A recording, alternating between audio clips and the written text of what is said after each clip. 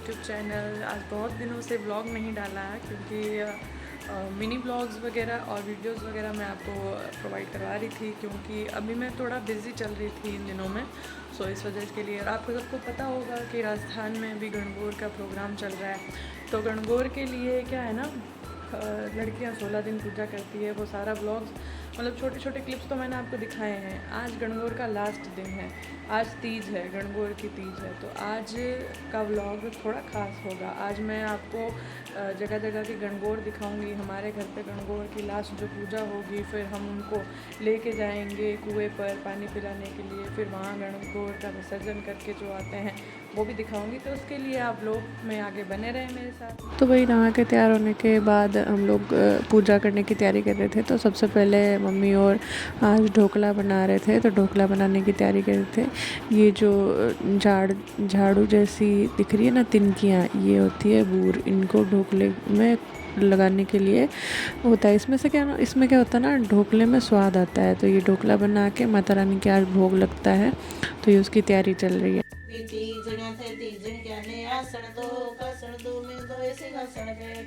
तो भाई उसके बाद मैं नहा के आई थी, तो आगे मेरी बहनें पूजा कर रही थी। तो बहन और वगैरह पूजा कर रही थी, गीत वगैरह गाए उन्होंने। फिर उसके बाद में उनके जाने के बाद मैंने पूजा वगैरह करी।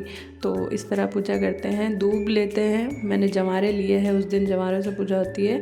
तो वो जो सुबह पूजा करते हैं वो गणगौर को यहाँ सामने ला के बिठाते हैं। फिर ऐसे पानी मतलब छींटे दे के उनकी पूजा करते हैं। फिर ये जो फल होता है 16 फल गवर के हाथ में देते हैं, और 16 फल का चूरमा बना के फिर वो गवर माता को भोग लगाया जाता है। तो मैं ये 16 जो फल थे मेरे वो सबके हाथ में दे रही हूँ। फिर उसके बाद में मैंने बिंदियाँ लगाई, 16 कुंकू की, 16 मेहंदी की और 16 ही काजल की। तो ये इस प्रकार से टिकियाँ वगैरह लगाने के बाद फिर इनको तिलक किया। फिर उसके बाद में मैंने क्या कहते हैं भोग वगैरह लगाए।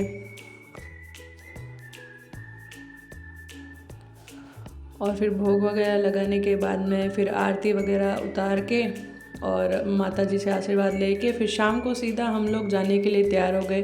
फिर शाम को मैंने साड़ी पहनी थी। मैं ज़्यादा साड़ी पहनना मुझे पसंद नहीं है, बट मेरी बहनें ज़िद करती है तो क्या करूँ, पहन लेती हूँ।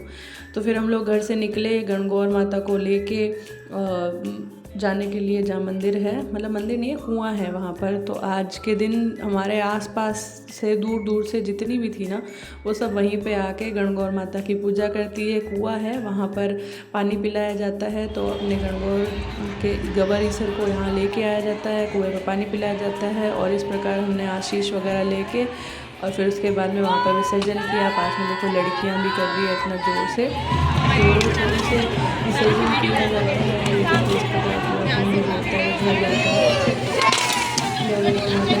लगाते हुए फिर यहाँ पर देखो ऐसे गवर ईसर को ला के पानी पिलाया जाता है कुएं का। और ऐसे कितनी भीड़ थी देखो।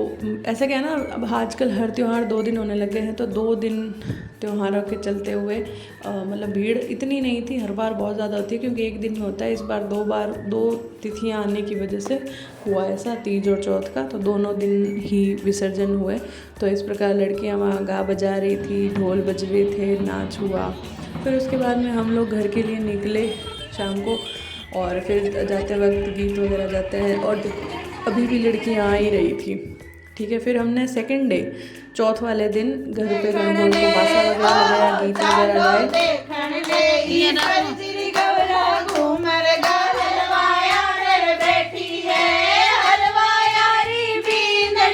फिर उसके बाद में शाम को हम लोग निकल गए हमारे गढ़ की गणगौर देखने के लिए, बीकानेर शहर की गढ़ की शाही गणगौर देखने के लिए। तो देखो भाई वहाँ पे इतनी भीड़ आई हुई थी। और ये देखो गणगौर माता की सवारी, शाही सवारी आ रही है, तो दर्शन कीजिए आप सब लोग।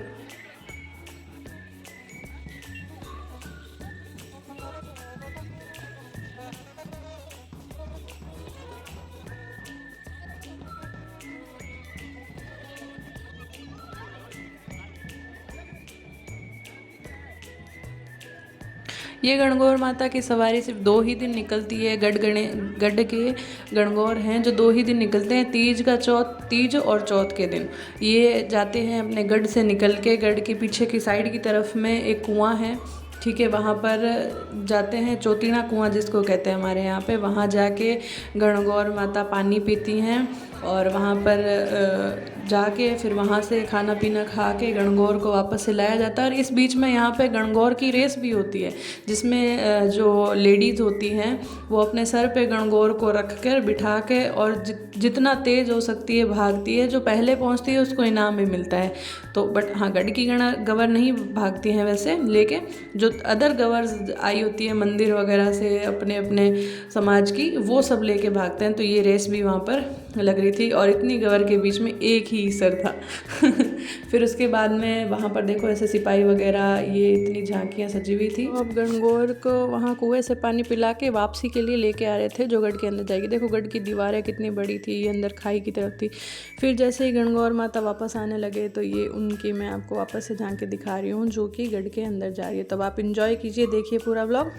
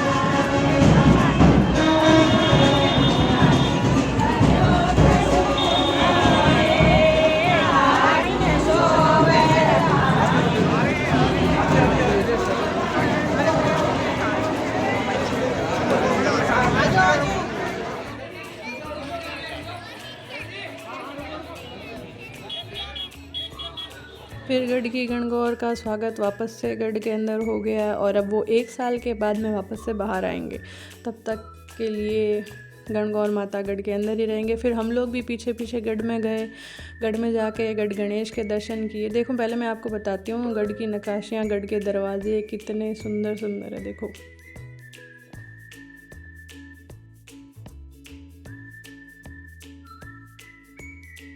गढ़ के दरवाजे से अंदर एंटर करते हुए ऊपर देखिए कितने बड़े बड़े सुंदर सुंदर से झरोखे थे, ठीक है। और जैसे ही आगे आते हैं तो गढ़ के मेन एंट्रेंस के ऊपर 2 हाथी थे, जिनके ऊपर मेहावत बैठे होते हैं, जो हाथी के होते हैं, जो हाथी को चलाते हैं। ये सूरज प्रोल थी जिसमें से मेन गढ़ में एंटर होते हैं।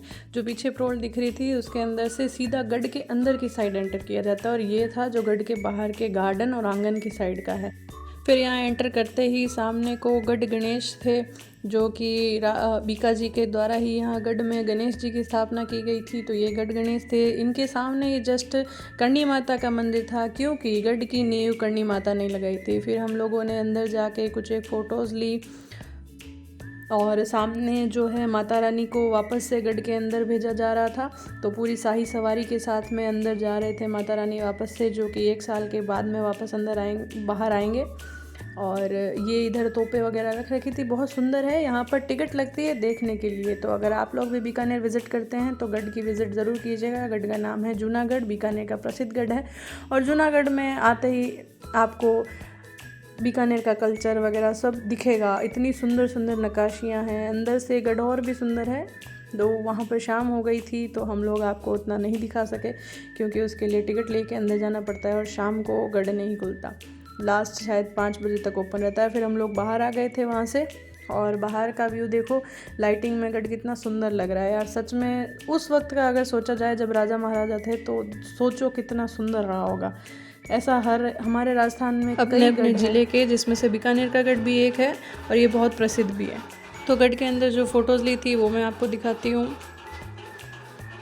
तो कैसा लगा आपको आज का व्लॉग? होप्स अच्छा लगा हो। अगर अच्छा लगा हो तो वीडियो को लाइक कीजिएगा, शेयर कीजिएगा, कमेंट कीजिएगा, और चैनल पर नए हैं तो चैनल को सब्सक्राइब कीजिएगा। ठीक है, बने रहे मेरे साथ में आगे भी, मैं आपको ऐसे ही टेंपल व्लॉग और फेस्टिवल्स के व्लॉग दिखाती रहूँगी। तो मिलते हैं नेक्स्ट व्लॉग में, तब तक के लिए बाय, टाटा।